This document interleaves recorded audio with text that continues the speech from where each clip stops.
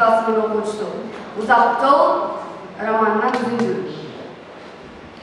Энем да күндөгүдөй эмес. Көздөрү коркунучтуу. Чарасынан чыгып, көкүрөгү кырылдап, билинбестен алып, улам жоош кетип баратат. Өлүп бараткан адамды биринчи көргөнүм ушул. Ошондо мен 11-демин. Баарыбыз үрпөй түшүп, энемди тегеректеп үйлөп алдык.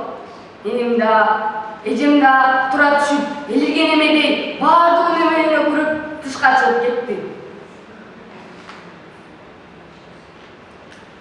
Мен ошондо 11-демин.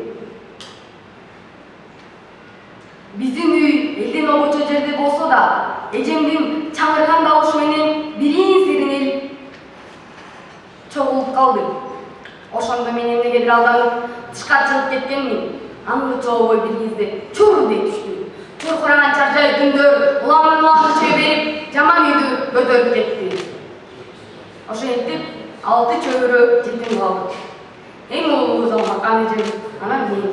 Менден кийин Бекул, анан Эшбай. Андан кийин Ашымган дейбиз. Эң кенжебиз Бектайып. Баардыгыбыздын арабыз 2 жаштан.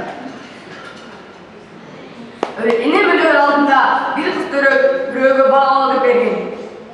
Ал дагы 10 айга жетпей каза тапты.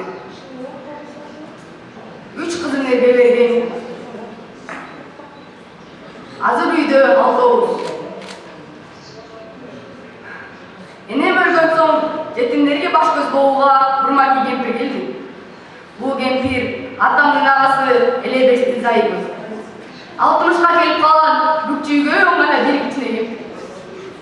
Биздин буарда